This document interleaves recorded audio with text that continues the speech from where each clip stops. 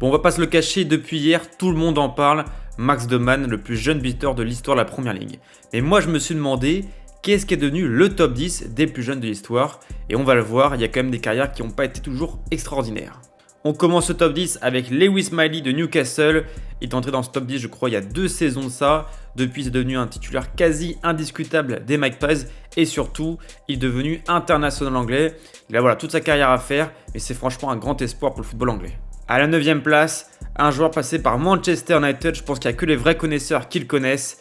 Federico Macheda, international espoir italien, à son arrivée du côté de Man U en provenance de la Lazio. Malheureusement, après ses débuts intéressants, ça a été beaucoup plus compliqué, avec beaucoup de clubs, Sampdoria, QPR, Stuttgart notamment, un retour en Italie qui a été pas mal, surtout 4 saisons très intéressantes au Pana en Grèce où il a quand même mis 40 buts, mais malheureusement il n'est jamais devenu international italien et il joue toujours en Grèce dans un club que je ne connais pas. À la 8e place, le joueur le moins connu de la liste, Andy Turner de Tottenham. Malheureusement, c'était beaucoup plus compliqué pour lui parce qu'il a franchement pas fait carrière.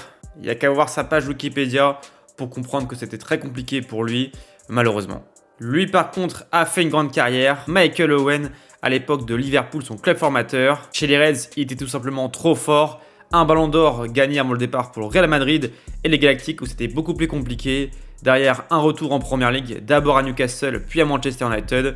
Le seul problème pour lui, c'est qu'il n'a pas fait une grande carrière en sélection d'Angleterre, mais sinon, rien à redire. Lui non plus, il n'y a pas grand chose à redire.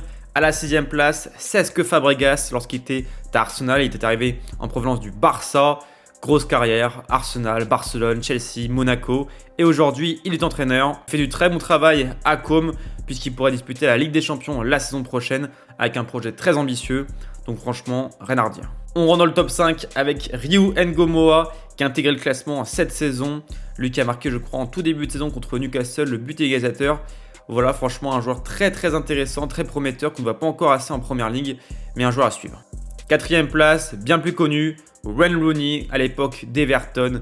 Derrière, énorme carrière, une des plus grandes légendes de la Première Ligue. Perso, je pense que c'est même la plus grande légende de l'histoire de Manchester United, mais à vous de me le dire en commentaire. À la 3e place, je pense que certains l'ont reconnu, James Milner. Dites-vous que c'était en 2002, il avait 16 ans et quelques. Et ce qui est incroyable, c'est qu'à 40 ans, il joue encore. Ce qui est encore plus fou, c'est qu'il a joué 90 minutes hier contre Sunderland. À la 2e place, un nom qui va sans doute pas vous parler, James Vaughan, à l'époque d'Everton en 2005, il y a plus de 20 ans.